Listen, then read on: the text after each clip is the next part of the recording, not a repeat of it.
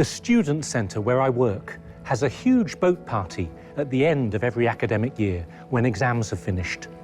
4 hours sailing up and down the River Thames with a DJ whose vinyl collection is stuck in the mid-80s.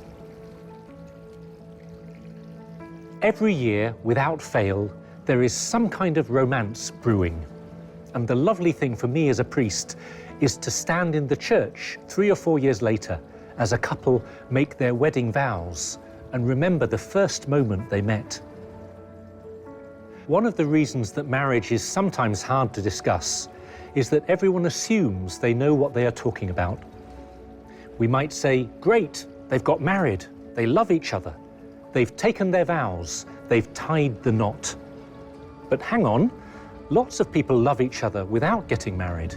People make different kinds of commitments to each other without getting married. What then is the actual meaning of marriage? We can't just assume we all mean the same thing. Let me give you the Christian understanding of marriage. I don't mean the meaning of marriage just for Christians, but marriage as Christians understand it. Here we go in one sentence. Marriage is a public commitment where a man and woman promise to love each other faithfully for the rest of their lives and to be open to the gift of children that may come from their sexual union. So there is a profound union of love and friendship, and there is also an openness to new life, a generosity that takes the husband and wife outside themselves.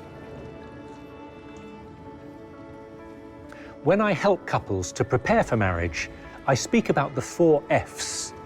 Marriage is free, faithful, fruitful, and for life. Marriage is free. You can't force someone to get married against their will. There has to be a choice. They have to say yes. Marriage is faithful. You give your life to this person and not to someone else. That's why, obviously, adultery is wrong.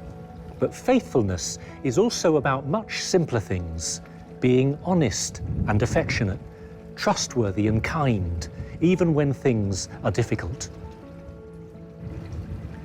Marriage is fruitful. It's open to the gift of children and building a family.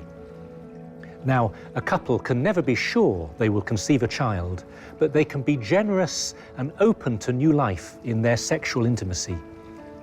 They may try to plan their family using natural fertility awareness, but they will avoid anything that works against their fertility or against their openness to each other, which is what contraception does.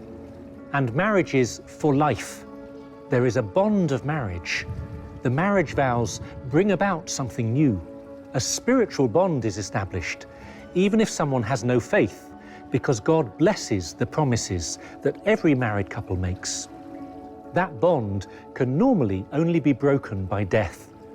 This is why marriage is such a big step. It's far more than just a legal document or a temporary commitment. You can see why, in this Christian view, marriage is always between a man and a woman. This is not because of any prejudice or discrimination.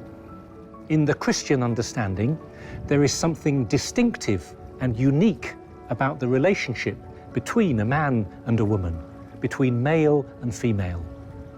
Because this male-female complementarity is what allows for the gift of new life. This is a fundamental part of the meaning of marriage, even if a couple are unable to have children.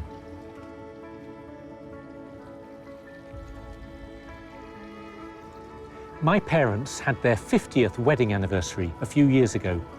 It was funny looking at the black and white photographs of the wedding from 1963, the year of Beatlemania and the Beach Boys. Dad with his thick Michael Caine glasses, Mum with her hair up in a 60s bun. I'm not idealizing them, but I know one thing. Through all the normal ups and downs of marriage and family life, they tried to be faithful to each other and to God, and that's a lot to be grateful for. You don't need to be a Christian, of course, to get married. But when two Christians do get married, this beautiful natural union is transformed into the sacrament of matrimony. The Christian husband and wife are called to love each other with the love of Jesus Christ and to make their home a place of faith. He gives them extra graces to grow in holiness and generosity. This is why marriage is a Christian vocation, because it comes a way of following Jesus Christ as spouses and as parents. Now, couples can struggle in many ways. There can be real suffering. Some relationships break down and seem beyond repair. And people deserve the love and care of the Church, whatever their situation and whatever choices they've made.